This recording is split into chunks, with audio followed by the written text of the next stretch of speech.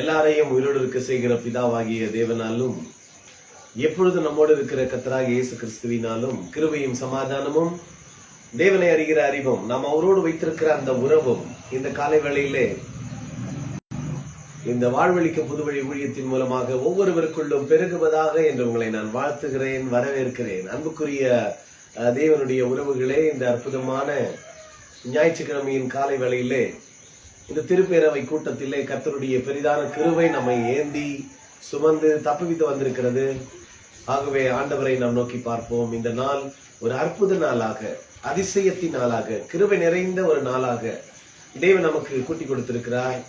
இந்த அற்புதமான நாளுக்காக ஆண்டவருக்கு நன்றி சொல்லி, கடந்த நாட்களிலே தேவன் நம்மை பாதுகாத்து பராமரித்து இந்த நாளிலும் நமக்கு ஜீவன், சுகம், பலன் அனைத்தையும் கொடுத்து அப்பா பிதாவே என்று சொல்லி ஆராதிக்கும்படியாய் தேவன் நமக்கு தந்திருக்கிற இந்த மேலான ஸ்லாக்கியத்தை எண்ணி ஆண்டவருக்கு நன்றி சொல்லுவோம். உள்ளத்தின் ஆழத்திலிருந்து நாம் நன்றி சொல்லுவோம். வேதம் சொல்லுகிறது, நன்றி எறிதல் உள்ளவர்களாய் இருங்கள், தேவ சமாதானம் உங்கள் இருதயங்களை ஆளும், இதற்கென்றே நீங்கள் ஒரே சரீரமாக அழைக்கப்பட்டீர்கள், நன்றி எறிதல் உள்ளவர்களாயும் இருங்கள் என்று வேதம் சொல்லுகிறபடி நாம் நன்றியுள்ள இருதயத்தை ஆண்டவருக்கு முன்பாக சமர்ப்பிப்போம். எத்தனையோ பாடுகள், எத்தனையோ கஷ்டங்கள் மத்தியிலும் தேவன் நம்மை பாதுகாத்திருக்கிறார், நமக்கு வழியை தெரிவித்திருக்கிறார், ஆலோசகராக இருந்திருக்கிறார், நம்மை தப்புவித்திருக்கிறார். ஆகவே ஆண்டவருக்கு நன்றி சொல்லுவோம். ஸ்தோத்திரத்தாவே, நன்றி அப்பா. இந்த அற்புதமான வேலைக்காக ஆண்டவருக்கு நாம் நன்றி சொல்லி ஆண்டவரை நாம் நோக்கி பார்ப்போம். இந்த நாள் இந்த பாடுகிற பாடல்கள், தியானிக்கிற வேத பகுதிகள் எல்லாவற்றையும் தேவன் நமக்கு அனுகூலமாக, ஆசீர்வாதமாக மாற்றி கொடுத்திருக்கிறார். அவைகள் வெளிப்பட அநேகருக்கு ஆசீர்வாதமான பாத்திரமா அமைய ஆண்டவரை நாம் நோக்கி பார்ப்போம். நாம் ஜெபிக்கலாம். ஜெபிப்போம். ஸ்தோத்திரம், ஸ்தோத்திரம் அப்பா. எங்களை அதிகமா நேசிக்கும் நல்ல தகப்பனே, அப்பா நீர் கொடுத்த இந்த அருமையான காலை வேலைக்காக நன்றி அப்பா. கர்த்தாவே, ஜனவரி மாதம் முழுவதுமா எங்களை கண்ணின் மணி போல பாதுகாத்து இந்த பிப்ரவரி மாதத்திலே 2ஆம் தேதி காண செய்த கிருபைகளுக்காக நன்றி சொல்லுகிறோம். எங்களுக்கு கொடுத்த சுகம், வேலன், ஆரோக்கியம் எல்லாவற்றிற்கும் நன்றி கர்த்தாவே. ஒரு நாளும் ஆண்டவரே உமக்கு நான் நன்றி நன்றி நன்றி என்று எல்லா நேரங்களிலும் எல்லா நிமிஷங்களிலும் உங்க நன்றி செலுத்தக்கூடிய கிருபைகளை மட்டுமாய் கொடுத்திருக்கிறேன். நன்றி. பார்த்து கொண்டிருக்கும் ஒவ்வொரு சகோதர சகோதரிகளையும் ஆண்டவரே, பெரியவர்கள் சிறியவர்கள் எல்லாரையும் தேவன் தாமே அப்பா ஆசீர்வதித்து இருக்கிறீங்க. நான் விசுவாசிக்கிறோம், நன்றி செலுத்துகிறோம் கர்த்தாவே. ஒருவேளை பலவீனத்தோடு அமர்ந்து கேட்பிருப்பார்கள், ஆண்டவரை இப்பொழுதே பலனடைந்து சுகமடைந்து இந்த வார்த்தைகளை கேட்கும்படியான கிருபைகளை நீர் செய்வீராக. அப்ப எண்ணங்கள், இயக்கங்கள் எல்லாவற்றையும் நீர் அறிந்திருக்கிறீர்கள். மன விருப்பங்களை நீர் அறிந்திருக்கிறீர் கர்த்தாவே. குறைகள் என்பது இல்லாதபடி எல்லாவற்றையும் நிறைவாய் என் தேவன் மாற்றக்கூடிய வல்லமை உள்ளவர் என்பதை விசுவாசித்து பெற்றுக்கொள்ளட்டும் ஆண்டவரே. இந்த வார்த்தைகள் ஒவ்வொரு இல்லத்திலும் அப்பா, ஒவ்வொரு உள்ளத்திலும் ஊடுருவி சென்று கர்த்தாவே அநேக அற்புதங்களையும் அதிசயங்களையும் செய்யட்டும் கர்த்தாவே. எல்லாவற்றையும் கருத்துல ஒப்பு கொடுக்கிறோம் கர்த்தாவே. நீங்க பேசுங்க, நாங்க கேட்கிறோம். இயேசுவின் நாமத்திலே ஜெபிக்கிறோம் நல்ல பிதாவே. ஆமென். காலங்களை தம்முடைய கையில வைத்து ஆளுகை செய்கிற தேவன் இந்த நாள், இந்த நேரம் அவருடைய கரத்தில் இருக்கிறது. கரத்துக்குள்ளே நாம் இருக்கிறோம். யோவான் 10ஆம் அதிகாரம் 28, 29 வசனங்களில் வாசிக்கிறோம். பிதாவின் கரத்தில் இருக்கிற ஒருவனையும் யாரும் பறித்துக் கொள்ள முடியாது. அதனால கவலை இல்லாம சந்தோஷமாய் தேவனுடைய கரத்துக்குள்ளே நான் இருக்கிறேன் என்கிற உணர்வோடு கூட ஒரு பாடலை பாடி நாம் தேவநாமத்தை நாம் மையப்படுத்தலாம். காலை நேரம் இன்ப ஜெப தியானமே, உம் வார்த்தை அறிகிறேனே என்ற பாடலை நாம் பாடுவோம்.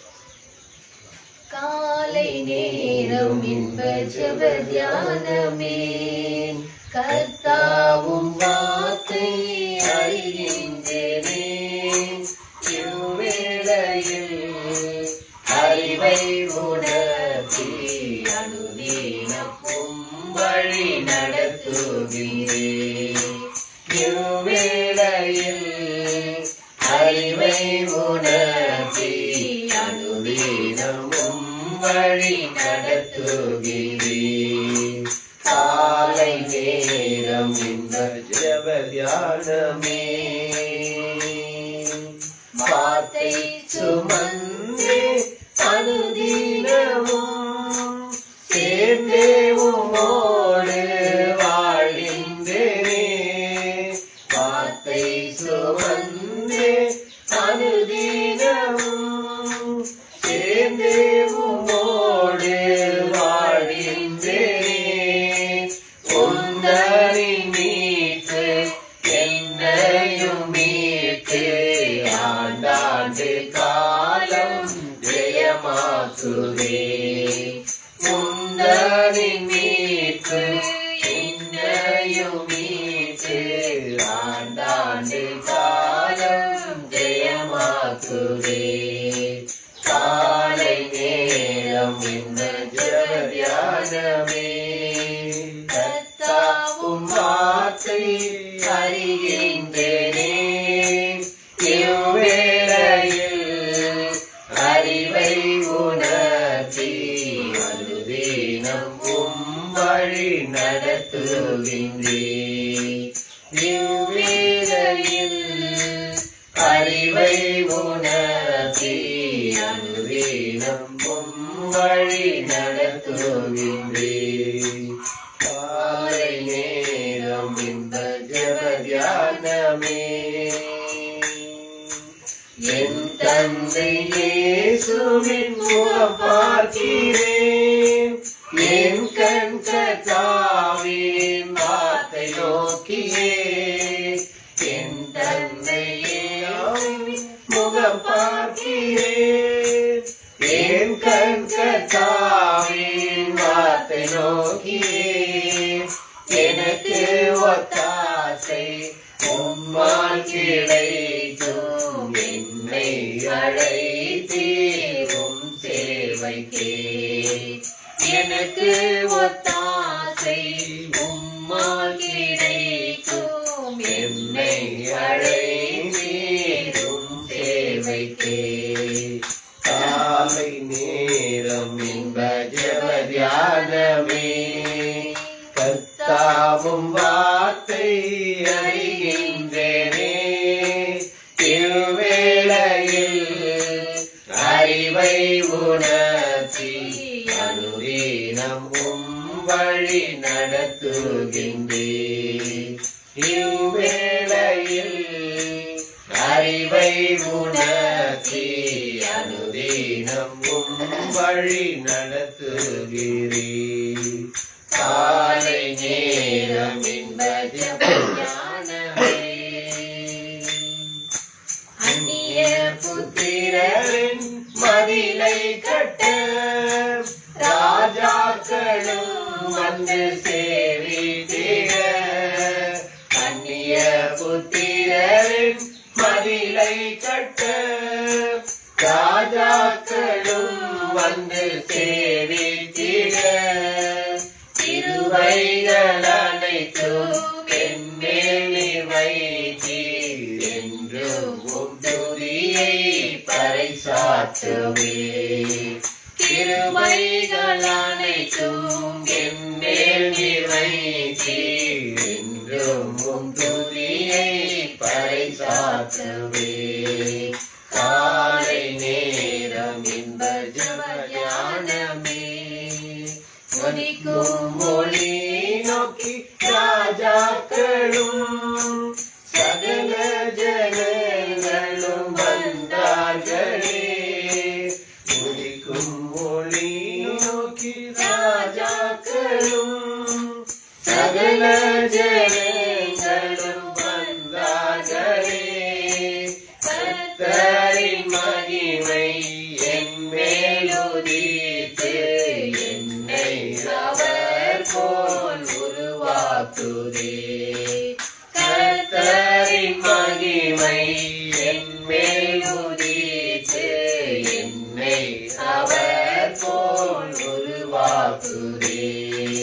காலை நேரம் இந்த ஜெப தியானமே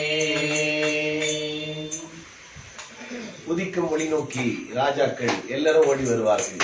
ஏனென்றால் ஆண்டவருடைய வார்த்தை, ஆண்டவருடைய பலன், ஆண்டவருடைய கிருபை நம்மை சூழ்ந்திருக்கிறது. சில சொல்லுவாங்க, எங்க வீட்டுக்கு வந்தா இங்க ஒரு கோயிலுக்கு போன மாதிரி ஒரு ஃபீல் இருக்குது இங்க வந்தாலே அப்படின்னு. இங்க அன்பு கொட்டி கிடக்கிறதை நான் பாக்குறேன் அப்படின்னு சொல்லி அநேக நேரங்கள் தங்கி இருக்கிறதை நான் பார்த்திருக்கிறேன். ஏன்னா அன்புக்குரியவர்களே, நாம் தேவனுடைய வார்த்தையை சுமந்து வாழ நாம் அழைக்கப்பட்டிருக்கிறோம்.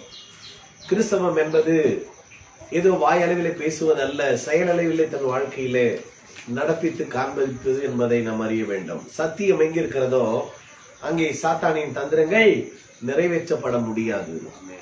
ஆகவே சத்தியத்தை அறியுங்கள், சத்தியம் உங்களை விடுதலையாக மாற்றும். அப்ப விடுதலையான ஒரு வாழ்வு, ஒரு வெற்றியான வாழ்வு, சுகமான வாழ்வு நமக்காக காத்திருக்கிறது. தேவன் தந்திருக்கிறார். யாரெல்லாம் தேவனை குறித்த அறிவிலே அறிந்து வளர்கிறோமோ அவரோடு நாம் அதிகமாக உறவு வைக்க முடியும். ஒரு விஷயத்தை நம்ம கத்துக்கிட்டோம்னா அதிகமா அவரோடு கூட நாம் பேச முடியும். அதனாலதான் வேதம் சொல்லுகிறது யோவான் 5:39 என்னை குறித்து சாட்சி கொடுக்கிறவைகள் இவைகளே. அப்போ ஆண்டவரை குறித்த சாட்சி நம்ம அறிய அறிய நாம் அவரோடு அதிகமாக பழக முடியும். அவரை குறித்த அறிவு அதிகமாக இல்லைன்னா நம்ம பாட்டுன்னு புலம்பிட்டு இருப்போம். அந்த ஜபம் அப்படிதான் நம்ம ஜபத்தை குறித்து நாம் பார்க்கிறோம். when you pray listening God, நாம் ஜெபிக்கும் பொழுது தேவன் கேட்கிறார், எப்பொழுதும் தேவன் கேட்கிறார். ஆனால் when you pray listening God மட்டும் கிடையாது. when you listen God speak, கடவுளுடைய வார்த்தை யாருமே கேட்கறது கிடையாது. அதனாலதான் நிறைய நம்ம பாட்டுன்னு விண்ணப்பங்களை அனுப்பிட்டே இருக்கிறோம், ஆனா பதில் கிடைக்காமலே இருக்குது. எப்படி பதில் கிடைக்கும்னா அடுத்தது ஏன் கர்த்தருடைய சத்தத்தை கேட்கணும்னா அவருடைய வார்த்தை கேட்டா விசுவாசம் அதிகமாகும். ஜபமே ஜெயம் அல்ல, எங்குமே கிடையாது வேதத்துல. ஜபமே ஜெயம் கிடையாது. என்ன ஜெயம்? விசுவாசமே உலகத்தை ஜெயிக்கிற ஜெயம். விசுவாசம் எப்படி வரும்? தேவனுடைய வார்த்தையை அறிய அறிய, சத்தத்தை கேட்க கேட்க, ஹியரிங், அதாவது கேட்க கேட்க விசுவாசம் பெருகும். விசுவாசம் எதனாலே உருவாகிறது? வேத வசனத்தினால், கேட்கிறதுனாலே உருவாகிறது. அப்போ சும்மா உட்காந்து கேட்டாலே போதுங்க, நீங்க உங்க வாழ்க்கையில் விடுதலை பெற முடியும். அதனாலதான் ஆண்டவருடைய வார்த்தை கேட்க கேட்க அந்த பிரசன்னம், அந்த அபிஷேகம், விடுதலை ஆட்டோமேட்டிக்கா அந்த வார்த்தை உங்களை தருகிறது. அதனால நீங்க விசுவாசியம் when you believe பண்றீங்க, அப்போ காட்ஸ் ஒர்க்கை நீங்க பார்த்தே தீருவீங்க. கர்த்தருடைய மகிமையை நீங்க கண்டே தீருவீங்க. ஒரே ஒரு சரணம் மட்டும் பாடி நாம் அடுத்த நிலைக்கு போகலாம். அந்த உதிக்கும் ஒளி நோக்கி ராஜாக்களும் சகல ஜனங்களும் வந்தார்களே, கர்த்தரின் மகிமை என்மேல் உதித்தது, என்னை அவர் போல் உருவாக்குகிறது. அவரை போல கிறிஸ்துக்களாய் வாழ நாம் அழைக்கப்பட்டிருக்கிறோம். ஒரே சரணம் மட்டும் பாடி சொல்லிக்கிறோம். உதிக்கும் ஒளி நோக்கி ராஜாக்களும் சகல ஜனங்களும் வந்தார்களே, உதிக்கும் ஒளி நோக்கி ராஜாக்களும் சகல ஜனங்களும் வந்தார்களே, கர்த்தரின் மகிமை என்மேல் உதித்து என்னை அவர் போல் உருவாக்குதே. கர்த்தரின் மகிமை என்மேல் உதித்து என்னை அவர் போல் உருவாக்குதே.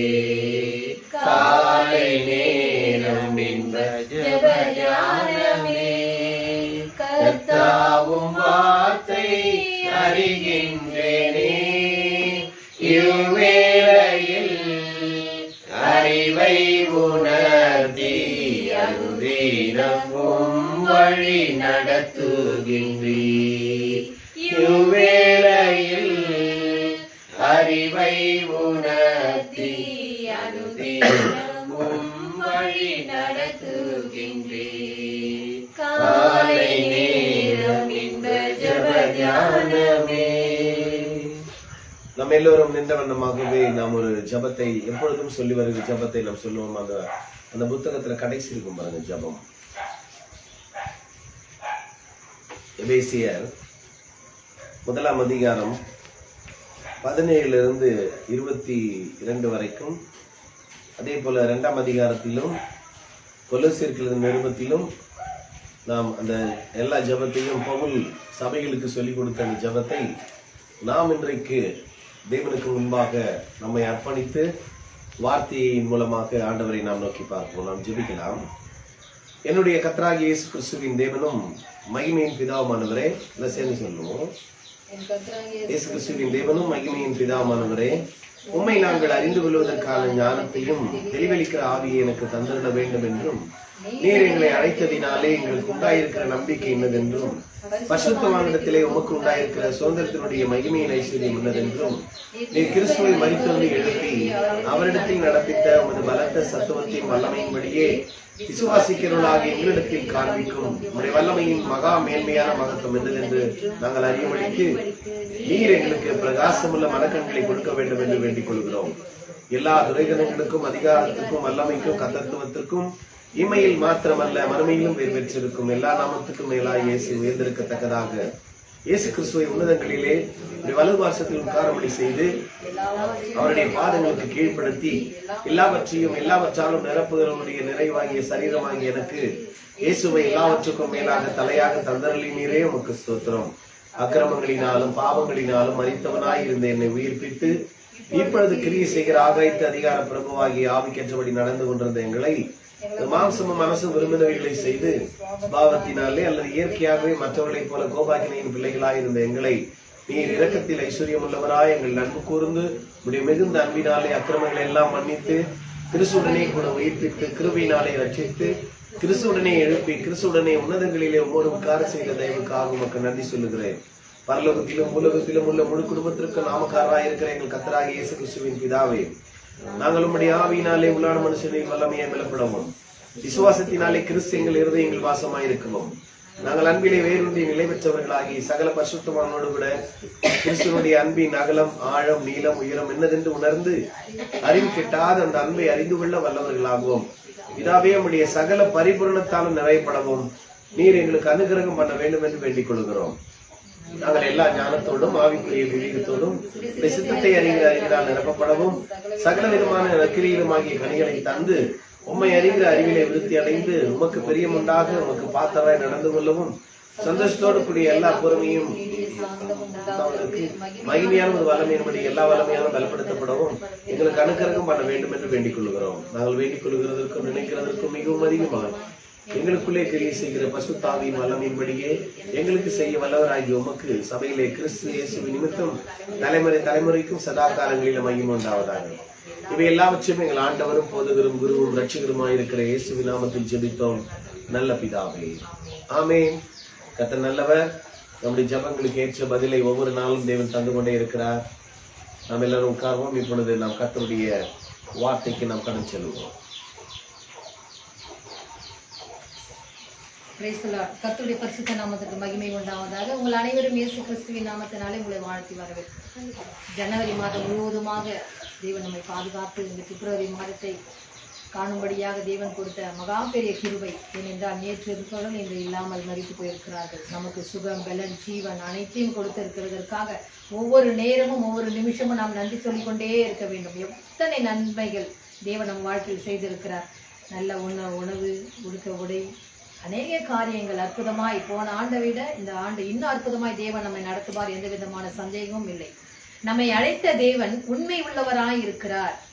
அவர் வாக்கு மாறாதவர். மனுஷனோ இன்னைக்கு ஒரு வார்த்தை சொல்லிட்டு நாளைக்கு மாறி போகலாம். ஆனா நம்மை உண்டாக்கினவர், நம்மை சிருஷ்டித்த தேவன் உண்மை உள்ளவராய் இருக்கிறார். அப்போ உண்மை உள்ள தேவனை நாம் ஒவ்வொரு நாளும் தொழுது கொள்ளும் பொழுது நாம் எப்படியாக இருக்க வேண்டும்? நாமும் நம்முடைய வாழ்க்கையில் உண்மை உள்ளவர்களாய் இருக்க வேண்டும். ஏனென்றால் உண்மை எல்லா விஷயங்களும் உண்மையாய் இருக்கும்பொழுது அநேக ஆசீர்வாதங்களை நாம் பெற்றுக்கொள்ள முடியும். தேவன் தம்முடைய வேலையை பூமியில் நிறைவேற்ற ஒவ்வொரு காலங்களிலும் ஒவ்வொரு நபரை தெரிந்து கொண்டிருக்கிறார். நாம் அநேக வேதத்திலே வாசிக்கும் பொழுது பார்த்திருப்போம் இல்லையா? ஆதி ஆகமத்துல ஒவ்வொரு காலநிலை ஒவ்வொரு நபரை தெரிந்து கொண்டு அவர்களை அழைத்து அவர்களை பயன்படுத்தின விதத்தை நாம் பார்க்கிறோம். ஆபிரகாமை அழைத்தார் ஒரு புது சந்ததியை ஆயத்தம் பண்ண, ஒரு புது ஜாதியை உண்டாக்கத்தக்கதாக ஆபிரகாமை தேவன் அழைத்தார் என்று பார்க்கிறோம். தாம் தெரிந்து கொண்ட ஜனங்களை வழிநடத்தி ஒரு புது தேசத்திலே கொண்டு போகும்படி மோசேயை தேவன் அழைத்தார்.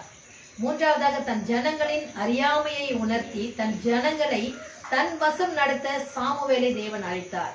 இப்படியாக ஒவ்வொரு அழைப்பிலே அவர்கள் தெரிந்த பணிகளை விட செய்த பணிகளை விட அழைப்பின் நோக்கத்தை முக்கியமாக கொண்டதினால் அவர்கள் ஜெயம் பெற்றார்கள் என்று பார்க்கிறோம். அழைத்த விதங்கள் வெவ்வேறு விதங்களாய் இருக்கும். ஆனால் அந்த அழைப்பு என்ன நோக்கம்? நம்முடைய வாழ்க்கையில அநேக நோக்கங்களை வைத்து நாம் பயணிக்க வேண்டியதா இருக்கிறது. ஏதோ வந்தோம்ப்பா, வந்து வாழ்ந்துட்டோம், போயிட்டோம், அவ்வளவுதான். ஏதோ வீடு கட்டணும், ஏதோ நம்ம திருமணம் ஆச்சு, நம்ம பிள்ளைகளை படிக்க வைக்கிறோம். இப்படி ஒரு சின்ன இந்த உலகத்தில வாழப்போகும் இந்த கொஞ்ச காலங்களிலே அநேக திட்டங்கள், தீர்மானங்களை நாம் பண்றோம், நாம் பார்த்து கொண்டே இருக்கிறோம். ஆனா அதல்ல தேவன் அழைத்த நோக்கம். என்ன நோக்கத்தோடு நம்ம அழைத்திருக்கிறார், எதற்காக நாம் வந்திருக்கிறோம் என்று உணர்ந்து நம்முடைய வாழ்க்கையில நாம் பயணித்தோமானால் நாம் ஜெயத்தை பெற்றுக்கொள்ளலாம். வேலைகளை விட நோக்கம் மிக முக்கியமாக இருக்கிறது.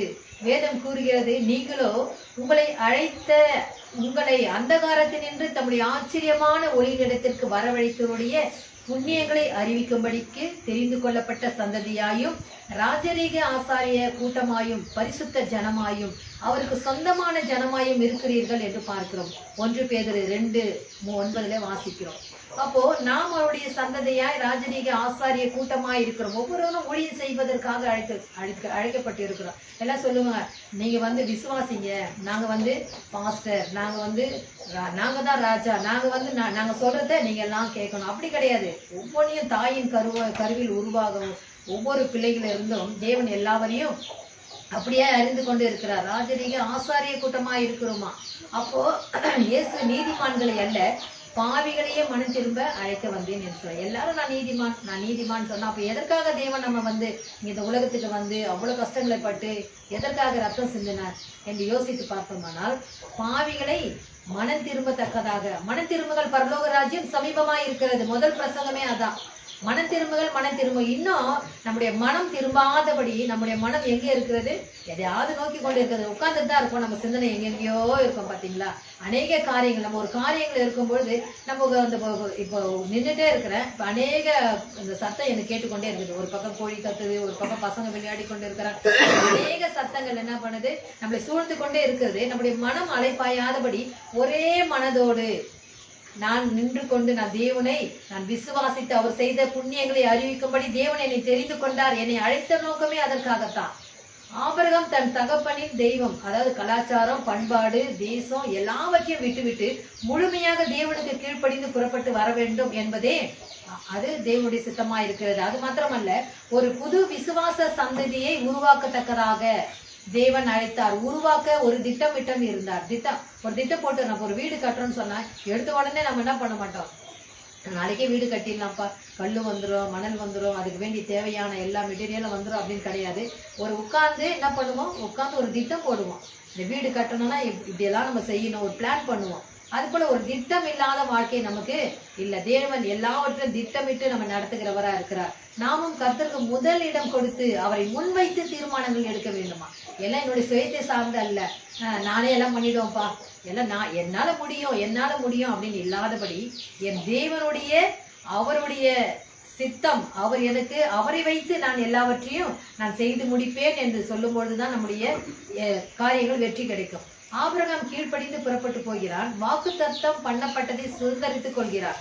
நம்மை அழைத்த நோக்கம் என்ன? எதற்காக? சத்தியத்தை அறிந்து கொள்ள செய்வதற்காக தேவன் நம்மை அழைத்திருக்கிறார். சத்தியம் தேவனுடைய அவரே நானே உனக்கு வழியும் சத்தியம் ஜீவனமாய் இருக்கிறான் என்று சொல்கிறார். அப்போ சத்தியம் என்றால் என்ன? அவர் தான் நமக்கு சத்தியமாய் இருக்கிறார். சத்தியத்தை அறிந்து கொள்ள செய்யத்தக்கதாக தேவனமே உண்டாஇருக்கிறார். நான் மாத்திரமல்ல ஆசீர்வாதம் இருக்கிறது அல்ல, நான் மட்டும் நல்லா இருக்கிறேன்ப்பா, நான் வீடு கட்டிட்டேன், நான் சுகமா இருக்கிறேன் அப்படின்னு இல்லை. என்னை சுற்றி இருப்பவர்கள் எப்படியா இருக்கிறார்கள், அவர்கள் எப்படி நாம் அந்த வார்த்தைகளை தேவனுடைய சத்தியத்தை சொல்லி அவரை அறிந்து கொள்ள வேண்டும் என்று நாம் முயற்சித்து அவரை எப்படியெல்லாம் பழகி நம்ம என்ன பண்ண, நம்ம அன்பா இருந்தாலும் முதலாவது நம்ம கிட்ட வருவாங்க. ஐயோ அவரா வாய் திறந்தாலே பயங்கரமா இருக்கும்பா, ஐயோ ரொம்ப ஸ்ட்ரிக்டா பேசுவாரு, ரொம்ப கடினமா பேசுவார் அப்படின்னு இல்லாதபடி நம்ம எந்த அளவுக்கு ஒரு அன்போடு அவர்கள் பழகும் பொழுது, ஏன்னா முதல்ல நான் அடிக்கடி சொல்லுவேன், என்னை பிடிச்சாதான் நான் பேசுற வார்த்தையே முதல்ல பிடிக்கும். நம்மளை பிடிக்கலன்னா நம்ம கேட்க போற அதை சொல்ல கண்டிப்பா அவர்கள் கேட்க மாட்டார்கள். அப்ப நம்மை பிடிக்க வேண்டும் என்றால் நாம் எப்படி அவர்களிடம் நடந்து கொள்ள வேண்டிய அந்த முறையை அவர்கள் பார்க்க வேண்டும். கிறிஸ்து எப்படியா இருந்தார், அவரை தேடி ஏன் ஜனங்கள் எல்லாம் வந்தாங்க? ஐயோ ஒரு வாயை திறந்தாலே ஒரு கிருபையுள்ள வார்த்தை புறப்பட்டு வருகிறது, அப்படி ஆச்சரியமா பாக்குறாங்களாம். அவர் பேசுகிற இடம்லாம் இப்பெல்லாம் நம்ம போக்குவரத்துல பாத்தீங்கன்னா ட்ரெயின் ஏறுறோம், பஸ் ஏறுறோம், அப்படியெல்லாம் கிடையாது. அப்போ அவர் மலை மேல உட்காரும் பொழுது எல்லாம் 2 ஜனங்கள் ஓடி வருகிறார்கள். குழந்தைகள் எல்லாம் தூக்கிட்டு வராங்க, எந்த விதமான வசதியும் கிடையாது. வந்தா படகுல வரணும், நடந்து ஓடி வருகிறார்கள். எதற்கு? அவர் வாயிலிருந்து புறப்படக்கூடிய அந்த கிருபையுள்ள வார்த்தை, அந்த ஆச்சரியமான வார்த்தை, சத்தியம் நிறைந்த வார்த்தை கேட்பதற்காக ஜனங்கள் திரண்டு வருகிறார்கள். அப்படிப்பட்ட சத்தியத்தை அறிவிக்கிற ராஜரீக ஆசாரிய கூட்டமாய் நாம் இருக்க வேண்டும். ஒரு மனிதனுடைய ஆத்மாவிற்கு தேவையான பரிசுத்தம், நீதி, தேவ ஐக்கியம், தேவ வல்லமை, தேவ மகிமை, தேவ நம்பிக்கை, அந்த விடுதலையான அந்த தேவ வார்த்தையை அளிக்கக்கூடியதாய் இருக்க வேண்டும். தேவன் நம்மை அழைத்த நோக்கம், நம்மை தேடி வந்த நோக்கம், விசுவாச சந்ததிகளாய் நாம் உருவாக்க, நம் ஒவ்வொருவரையும் வானத்து நட்சத்திரங்களைப் போலவும் கடற்கரை மணலைப் போலவும் பெருக செய்து ஆசீர்வதிக்கவே ஆசீர்வதித்து இருக்கிறார். இதை நம்ம சொல்லலாம், ஐயோ இன்னைக்கு என்னப்பா இப்படி இருக்குது என் வீடு, இதே எப்ப பார்த்தாலும் ஒரே குறைதான், சாப்பிட்றதுக்கே எனக்கு ஒண்ணுமே இல்லை, எனக்கு ஒரே கஷ்டம் தான் பாருங்க, எனக்கு இன்னும் அப்படியே தான் இருக்கு, என் நிலைமை மாறல. இல்லை ஆண்டவர் ஒவ்வொரு நாளும் இதை விட எவ்வளோ கஷ்டப்பட்டு கொண்டு இருக்கிறார். நம்ம அதை வைத்து பார்க்கும்போது தேவன் நம்மை மேலாக நடத்தி கொண்டு இருக்கிறார். நான் சில விஷயம் நினைப்பேன், 1ஆம் தேதி தொடங்கிட்ட உடனே அந்த 30ஆம் தேதிக்குள்ள அந்த பாதி நாட்களுக்குள்ள எல்லாம் அப்படி காலியாகிற மாதிரி இருக்கும். ஆனா ஒண்ணுமே இல்லை, ஆவிக்குரிய கண்களை மூடிக்கொண்டு இல்லை எல்லாம் நிரம்பிடுச்சுப்பா, என் வீட்டுல எல்லாமே கொடுத்துட்டீங்க. இல்லதான், இல்லாமையே இருக்கிறவங்க போல தேவன் மாற்றுற வல்லமை உள்ளவரா இருக்கிறார். அது பண்ணிட்டே இருக்கும் போது பாத்தீங்கன்னா எப்படிதான் நிரம்பனே தெரியாது, ஆச்சரியமா இருக்கும். டக்குன்னு பார்த்தா ஏதாவது ஒரு விதத்துல வருமானம் வந்துடும். நான் கோழி வச்சிருக்கிறதுனால நான் ஜெபம் பண்ண, நேற்று கூட ஜெபம் பண்ண, ஆண்டவரே என்ன எனக்கு இன்னைக்கு ஏதாவது கண்டிப்பா வந்துதான் ஆகணும், இன்னைக்கு வருமானம், இன்னைக்கு நான் கோழியை விற்க போறேன்னு சொன்னேன். பார்த்தா இன்னைக்கு ஒரு 5 கிலோ கோழி கேட்டுருக்கிறாங்க. இப்படியாக தேவன் அருமையாக தேவன் வாழ்க்கையை நடத்தி கொண்டே இருக்கிறார். ஒரு நிமிஷம் தான், அதாவது அவர் பிள்ளைகளா நம்ம தெரிந்து கொண்டதுனால நம்முடைய எண்ணங்களை அவர் ஆராய்ந்து பார்த்து கொண்டே இருக்கிறாராம். நம்முடைய சிந்தனைகளை அறிந்திருக்கிறார். ஒருவேளை நீங்க தீய சிந்தனை ஒருவேளை செய்தா கூட, ஐயோ அவனை எப்படியாவது நம்ம முன்னுக்கு வராம பண்ணணும் அப்படின்னு, அது கெட்ட சிந்தனை, அது தேவனுக்கு பிரியமில்லாத காரியங்கள். உடனே அதை நிறைவேற்றுவாரா? அது தேவனுக்கு பிரியமில்லாத காரியம், அதை நிறைவேற்ற மாட்டார். நன்மையானதை தெரிந்து கொண்டு தேவனுக்கு எப்படி அவர் பிரியமா எல்லாருக்கும் நன்மைகளை செய்தாரோ அதே போல நம்முடைய சிந்தனைகளை நன்மையான காரியங்களை சிந்திக்கும் பொழுது தேவன் விசுவாசம் தான். விசுவாச ஒரு படகுல ஒரு சின்ன ஓட்டை இருந்து உள்ள தண்ணி போச்சுன்னா அந்த படகே மூழ்கிவிடும். அதனால அவிவிசுவாசம் என்ற ஓட்டை நம் வாழ்க்கையில வராதபடி விசுவாசத்தோடு நாம் பயணிக்கும் போது நம் வாழ்க்கையில வெற்றி. தேவன் நம்மை ஒவ்வொருவரும் உருவாக்கின நோக்கமே பக்தியுள்ள சந்ததி பெரும்படியாக. மல்கியா 2:15 வாசிக்கிறோம் இல்லையா? நாம ஒரு மனிதனை ஏன் படைத்தார்? ஒரு மனிதனை படைத்தார், ஏன் படைத்தார்? அங்கேயே ஒரு கேள்வி கேட்டு அது கீழே ஒரு பதில், ஒரு பக்தி உள்ள சந்ததியை பெரும்படித்தானே. அப்போ நம்முடைய தலைமுறை இப்ப நான் இருக்கிற என்னுடைய பாட்டி, என்னுடைய அம்மா, இப்படி பார்த்தீங்கன்னா ஒவ்வொருத்தரும் தேவனை அறிந்தவர்கள் தான். ஒருவேளை அறியாத இருந்தாலும் கூட அதுக்கப்புறம் அறியக்கூடிய கிருபைகளை தேவன் அதை கரெக்டா அதை தெரிஞ்சுக்கிறாரு. இவர்களை அழைத்தேன், தாயின் கருவில் உருவாகும் முன்னே உன்னை பேர் சொல்லி அழைத்தேன்னு சொல்றாரு. அப்போ நம்ம அழைத்த நோக்கம் ஒரு பக்தி உள்ள சந்ததியை பெரும்படி. அவர் ரத்தம் சிந்தி நம்மை மீட்டெடுத்தார்.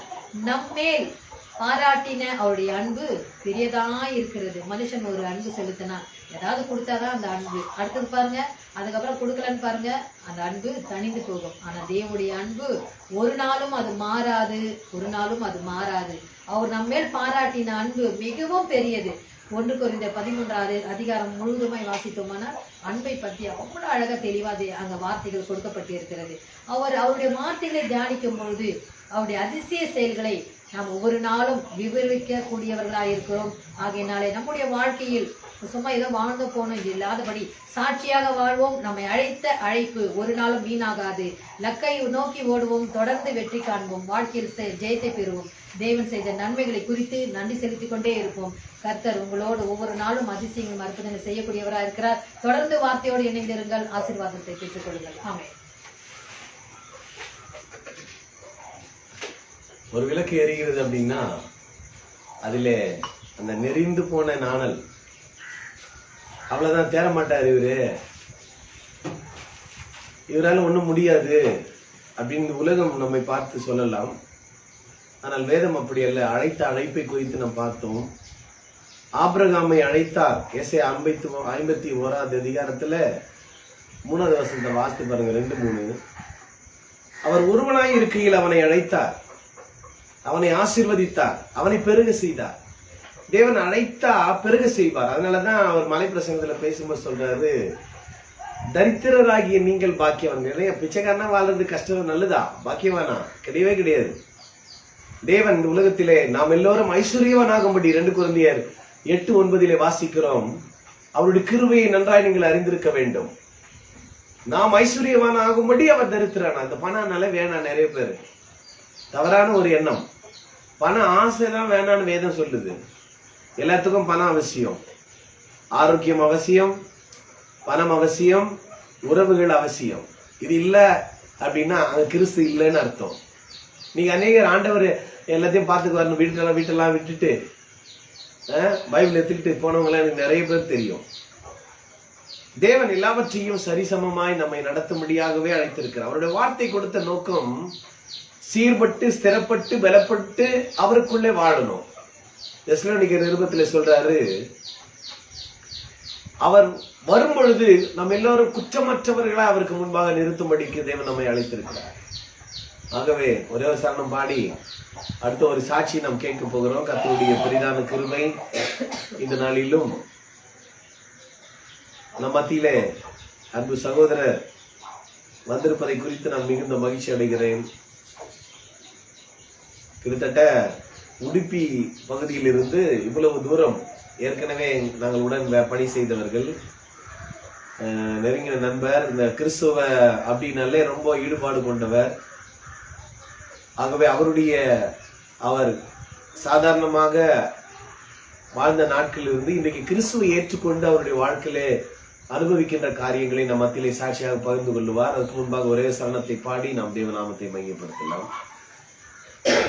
நெறிந்த நாணலை முறியாமலும் மங்கின திரியை அணையாமலும், நெறிந்த நாணலை முறியாமலும் மங்கின திரியை அணையாமலும் என் வாழ்வு ஜொலிக்கின்றதே.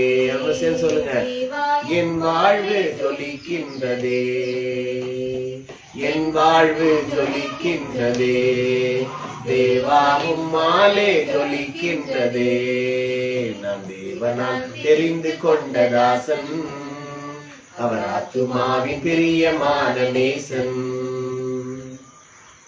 நமத்திலே உடுப்பி பாஸ்கர் வாங்க, உங்களுடைய சாட்சியை அன்பு நேயர்களுக்கு நீங்கள் பதிவு செய்ய அன்போடு அழைக்கிறேன். கையை தட்டலாம்.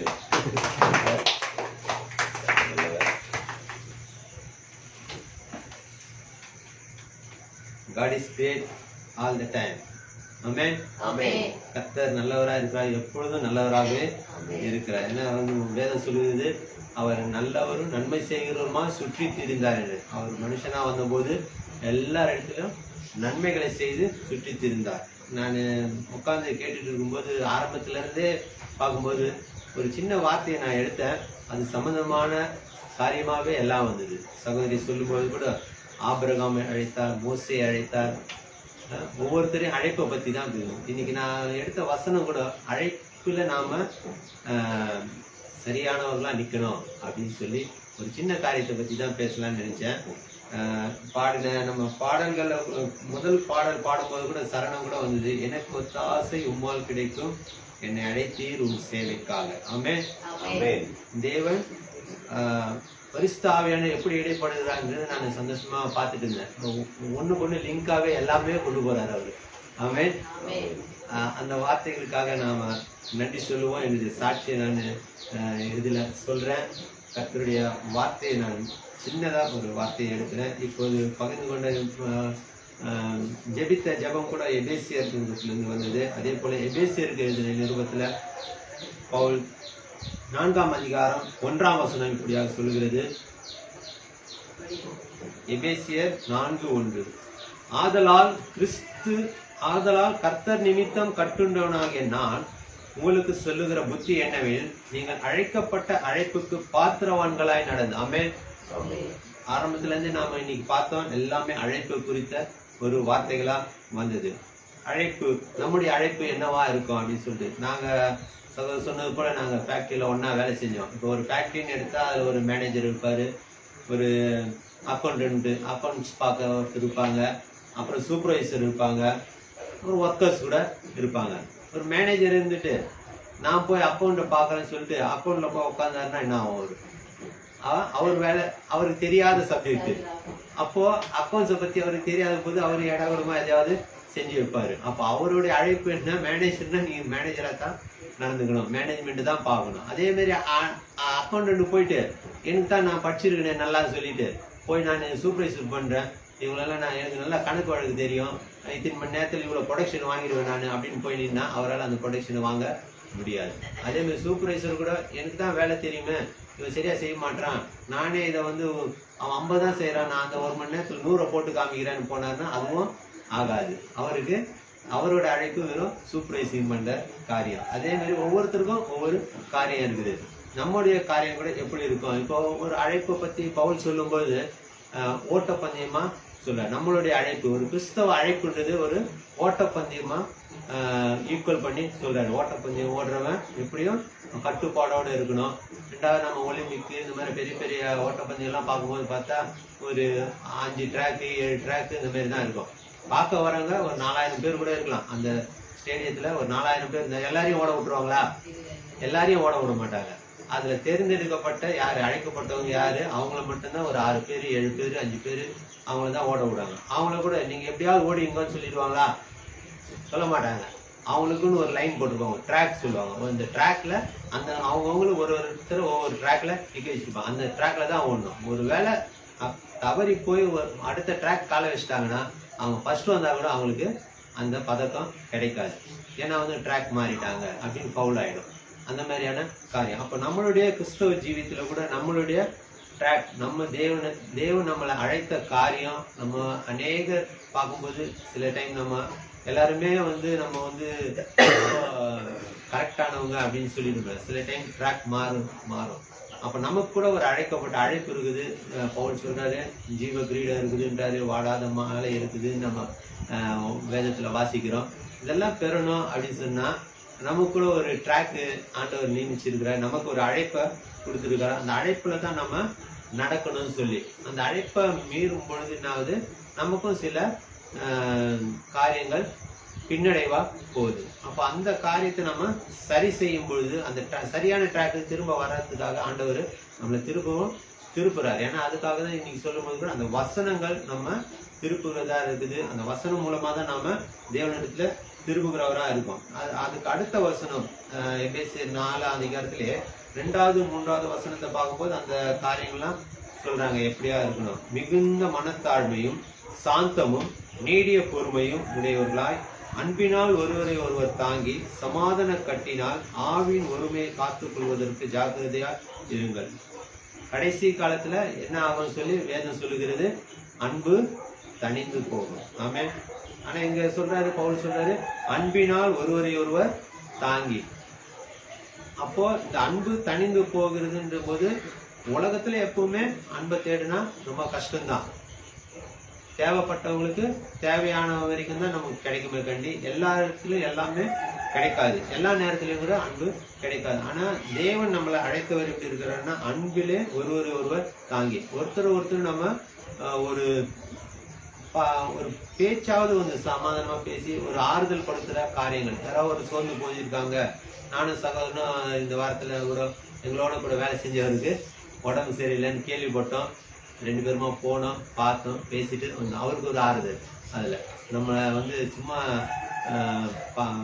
விசாரிக்கிறதுக்கு ஆள் இருக்கிறாங்க அப்படின்னு சொல்லிட்டு வசனம் சொல்லுது, அவர்களை விசாரிக்கிறவடைய உங்க கவலைகள் எல்லாம் அவர் மேல் வைத்து விடுங்கள் அப்படின்னு சொல்லி. அப்போ நமக்கு கூட நம்ம ஏதாவது ஒரு கவலையில இருக்கும்போது நம்மளை விசாரிக்கும் ஆண்டவர் ஆட்களை நியமித்து இருக்கிறார். அது போல நம்ம கூட அன்புல ஒருவர் நாங்க இந்த பொறுமைன்ற விஷயத்துல கூட நாம அநேக தினம் தவறி போயிடுறோம். கிறிஸ்தவர்களா இருந்தா கூட என்ன பண்றாங்க, பொறுமையா. ஆண்டவர் என்ன சொன்னாரு, ஒரு கண்ணத்துல அரைஞ்சா இன்னொரு கண்ணத்துல அரைஞ்சிருந்தாரா, இன்னொரு கண்ணத்தை காமி. அப்ப எவ்வளவு பொறுமையா இருக்கு நம்ம. யாராலையும் கண்ணத்துல அரையதை வேற எங்கன்னா அடிச்சா கூட தாங்கிக்கலாம். கண்ணத்துல அரையது ஒரு அவமானகரமான காரியம். இத மூல பாஷையில எப்படி சொல்றாங்கன்னா, இஸ்ரேல்காரங்க கண்ணத்துல அரைகிறது இந்த வார்த்தை எதுக்கு சொன்னாங்கன்னா, வலது கை எடுத்து இடது பக்கமா அரைகிறது. வலது கண்ணத்துல எதிர இருக்கிறவங்களோட வலது கண்ணத்துல. அப்ப நம்ம கையோடைய உள்ளங்கை கிடையாது, இந்த பின்பக்கம் இருக்கிற இந்த கையால் அது அவமானகரமான காரியம். இப்படி அழையுது அவமானகரமான காரியம். நமக்கு சாதாரணமா படிச்சுட்டு போயிடும், ஒரு கண்ணத்தில் அரைந்தால் இன்னொரு கண்ணத்துக்கு. ஆனா மூல பாஷையில கேள்விப்பட்ட வரைக்கும் என்னன்னா இப்படிதான் இந்த அறை எப்படின்னா இப்படி அறையுது. அது பலமா அடிக்கிறதுன்றது கூட கிடையாது. ஆனா அது அவமானகரமான காரியம். அதாவது ஒருத்தர் அவமானப்படுத்திட்டா கூட நீ அதுக்கு தாங்கிக்கிற பொறுமை உனக்கு வேணும் அப்படின்றதுதான் ஆண்டவர் அங்க சொல்லி கொடுக்குறாரு. அதே மனத்தாழ்மையும் சாந்தமும் இருக்கும்போதுதான் நமக்கு இந்த காரியம் பொறுமையை நம்ம கடைபிடிக்க முடியும். நமக்குள்ள ஒரு மனத்தாழ்மை இல்லைன்னா, நான் தான் அப்படின்ற ஒரு பெருமை இருந்துன்னா கண்டிப்பா நம்மளை அடிக்க வேணாம். முடியாது, பேசினாலே போதும், நமக்கு ஏறிடும். நமக்கு என்னையே சொல்லிட்டானா அவன், நான் எப்படியாப்பட்டாலே என்கிட்டயே என்னை பார்த்து இந்த மாதிரி சொல்லிட்டானே அப்படின்னு நிக்க வேண்டியதா போயிடும். அப்போ மனத்தாழ்மையும் சாந்தமும் இருந்தாதான் நம்மளால இந்த பொறுமையை கடைபிடிக்க முடியும். அப்ப நம்ம பொறுமையா இருக்கணும்னா அப்போ ஒண்ணுக்கு ஒண்ணு லிங்காக பாருங்க. நம்ம கிறிஸ்தவ ஜீவியத்துல நம்ம ஒரு ட்ராக், அந்த ட்ராக்கை விட்டு தானே இதெல்லாம் ஒரு ட்ராக் தான். இந்த ட்ராக்ல போகணும், நம்ம மன தாழ்மையா இருக்கணும், சாந்தமா இருக்கணும். அப்போ பொறுமையை கடைபிடிப்போம். அப்போ பொறுமையா இருக்கும்போது தான் வந்து அடுத்தவங்க மேல நம்மளால அன்பு செலுத்த முடியும். ஒண்ணுக்கு ஒண்ணு லிங்காவே போயிட்டே இருக்கும். அப்போ நம்ம கூட வந்து அழைக்கப்பட்ட அழைப்புன்னு சொல்லும் பொழுது நம்மளை இதுக்காக தான் அழைச்சிருக்காரு. ஏன்னா வந்து நான் கேள்விப்பட்ட வரைக்கும் சிலர் சொல்லி கேள்விப்பட்டிருக்கேன், ஒரு 40 வருஷம் 50 வருஷம் பின்னாடி கிறிஸ்தவம் சொன்னா அவ்வளவு மதிப்பு மரியாதை. ஏதோ ஒரு கலாட்டா நடக்குது, அங்க வந்து ஒரு கிறிஸ்தவன் சர்ச்சுக்கு போறவன்னு சொல்லிட்டு ஒருத்தர் வந்து நின்று, ஏன்பா இது கிடையாதுப்பா, இதுதான் நியாயம்னு சொல்லிட்டாங்கன்னா அது மேல அப்பீல் கிடையாது. ஒரு கிறிஸ்தவன் சொன்னா கண்டிப்பா அது வந்து நியாயமா தான் இருக்கும். கிறிஸ்தவன் சொன்னா ஒரு கரெக்டா தான் இருக்கும். அவரு வந்து கரெக்டா தான் சொல்லியிருப்பாரு. ஏன்னா வேதத்தை நம்புறவங்க, வேதம் பிரகாரம் நடக்கிறவங்க கரெக்டா தான் சொல்லியிருப்பாங்க. ஆனா இன்னைக்கு ஒரு 40 வருஷம் இன்னைக்கு நிலைமை எப்படி இருக்குன்னா, இன்னைக்கு பேப்பருக்கு வந்தா என்ன வருது, கிறிஸ்தவ பேர் தான் அடிப்படுது. இப்படி இருக்கிறாங்க அப்படி இருக்கிறாங்க. அந்த காரியம் ஆண்டவருக்கு விருப்பம் இல்லாத காரியம். ஆண்டவர் எந்த நோக்கத்துக்காக நம்மளை அழைச்சாரோ நம்ம அந்த ட்ராக்கை விட்டு நம்ம தள்ளி போயிட்டோம் அப்படின்றத இது பண்றதா இருக்கு. நம்ம ட்ராக்கை விட்டு தவறி போயிட்டோமோ, நம்ம கிறிஸ்தவ ஜீவின்றது நம்ம ட்ராக்கை விட்டு தவறி போயிட்டோம் அப்படின்ற காரியத்தை உணர்த்துது. அப்போ வந்து நம்ம திரும்ப நம்ம ட்ராக்குக்கு வரணும்னா நம்மளுடைய வார்த்தைகளை ஜனங்க கேட்கணும், மதிக்கணும். சகோதரி சொல்லும்போது கூட நான் சொல்றது ஒருத்தர் கேட்கணும்னு முதல்ல அவங்களுக்கு என்ன மதிக்க தெரியணும். என்ன நான் வந்து கரெக்டுன்னு சொல்லி அவங்க தெரிஞ்சாதான் வந்து நான் சொல்றது கரெக்டுன்னு ஏத்துக்குவாங்க. அதேதான் கிறிஸ்தவன்னா எப்படின்னா, நம்மளை வந்து ஒளியா இருக்கதான் நம்மளை ஆண்டவர் அழைச்சார். ஒளியா இருக்கும்போது நமக்குள்ள இருள் இருக்கா அப்படின்னு சொல்லி செக் பண்ணி, ஒருவேளை எல்லாருமே எப்பவுமே ஒரே ரீதியா நடக்குது, கஷ்டமா இருக்கும். விழுந்தாலும் என்ன பண்ணுது, அதே அதிகாரத்துல பார்க்கும்போது மரித்தவர்கள் மத்தியில் உறங்குகிற நீ எழுந்திரு, அப்பொழுது கிறிஸ்து உன்னை பிரகாசிப்பார். இதே எபேசியர் நிருபத்துல தான் எழுதுறாரு, மரித்தவர்கள் மத்தியில் தூங்குகிற நீ விழித்து மரித்தவரை விட்டு எழுந்திரு, அப்போது கிறிஸ்து உன்னை பிரகாசிப்பார் என்று சொல்லி இருக்கிறார். ஆமென். அப்போ வந்து இயேசு வந்து உன்னை வந்து எழுப்புவாரு, எங்குமே போடல.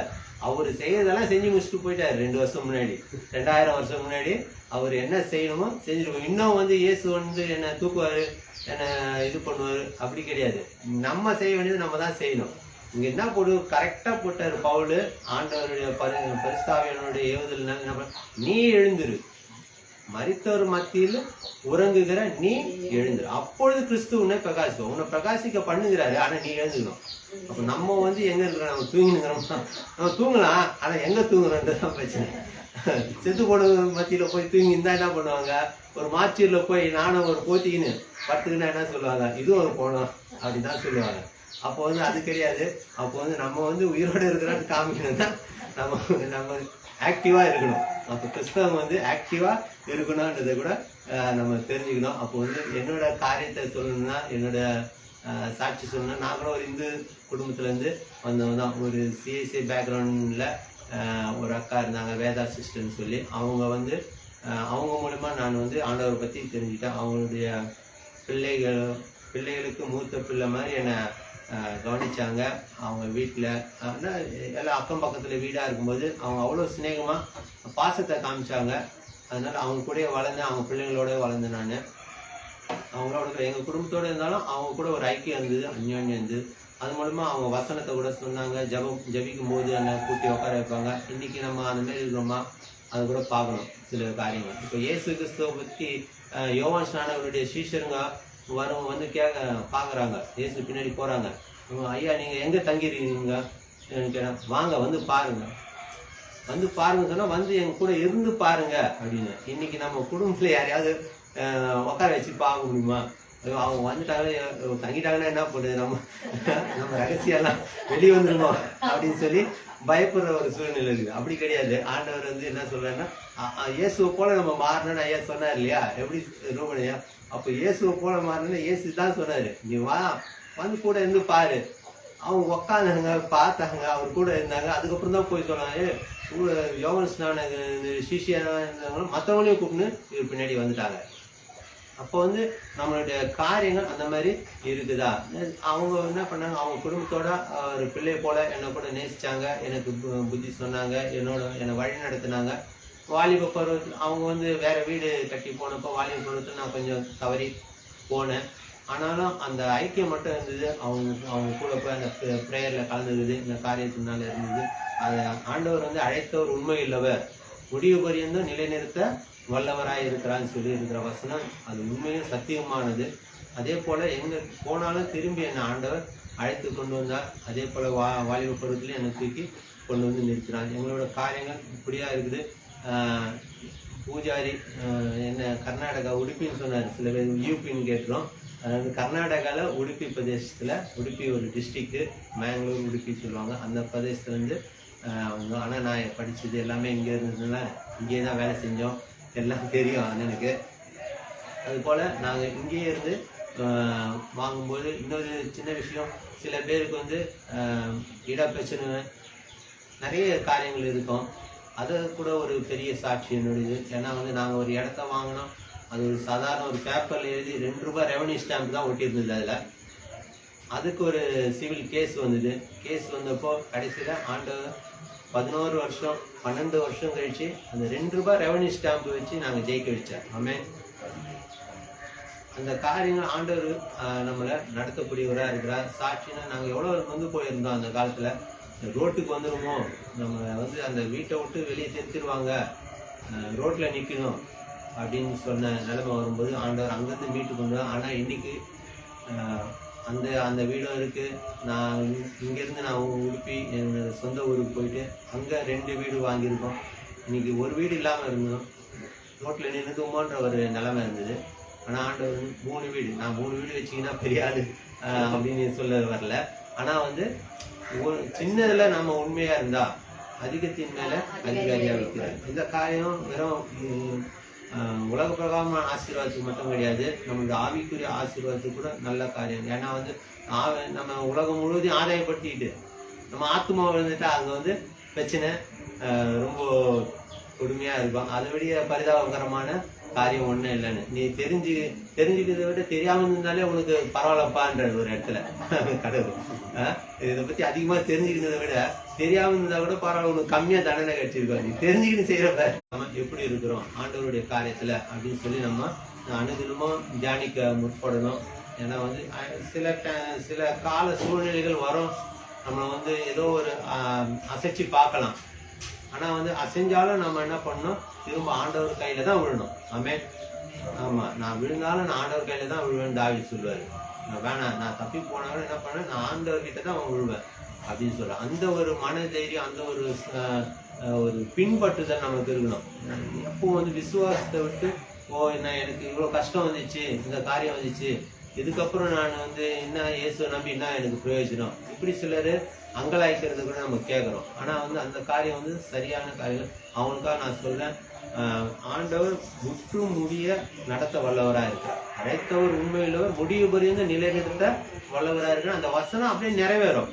நம்ம வசனத்தை தான் பார்க்கணும், அப்புறம் அடுத்த மனுஷனை பார்த்து பிரயோஜனம் இல்லை. நம்ம சூழ்நிலையை பார்த்தா நமக்கு வந்து கஷ்டமா தான் இருக்கும். எங்களுக்கு சூழ்நிலை பார்க்கும்போது ஒரு கேஸ்ல நாங்கள் போயிட்டு இருக்கோம், சிவில் கேஸாக இருக்கு, போயிட்டு இருக்குன்னு சொல்லி இது பண்ணும்போது கூட சூழ்நிலையை பார்த்தா பிரச்சனை இல்லை. இப்போ என் மேலே யார் கேஸ் போட்டாங்களோ அவங்களே வந்து எங்ககிட்ட சமாதானமாகும், நாங்கள் எப்படியாவது இது பண்ண தோக்குற சூழ்நிலை வந்தவுடனே அவங்க வந்து சமாதானம் பேசிக்கலாம் அப்படின்னு சொல்றாங்க. அதுபோல ஆண்டவர் என்ன பண்ணாருன்னா சூழ்நிலையை மாத்துக்கிறவராக இருக்கிறார். நம்ம செய்ய வேண்டிய காரியம் வசனத்தை மட்டும் நம்ம பின்பற்றி நம்மளோட அழைப்பு என்ன இருக்கு, நம்மளோட காரியம் என்ன இருக்கு, இந்த காரியத்துல மட்டும் நம்ம போனோம்னா நிச்சயமாக ஆண்டவர் வந்து நம்மளை ஜெயம் எடுக்க செய்வார். அப்போ இந்த வார்த்தைகளை நம்ம மறுபடியும் வாசிப்போம். அதெல்லாம் கர்த்தர் நிமித்தம் கட்டுண்டவனே ஆகிய நான் உங்களுக்கு சொல்லுகிற புத்தி என்னவெனில், நீங்கள் அழைக்கப்பட்ட அழைப்புக்கு பாத்திரவான்களாய் நடந்து மிகுந்த தாழ்மையும் சாந்தமும் நீடிய பொறுமையும் உடையவர்களாய் அன்பினால் ஒருவரை ஒருவர் தாங்கி சமாதான கட்டினால் ஆவியின் ஒருமையை காத்துக்கொள்வதற்கு ஜாக்கிரதையா இருங்கள். ஆண்டவருடைய காரியத்தை நாம காத்துக்கிறதுக்கு ஜாக்கிரதையா இருக்கணுமா.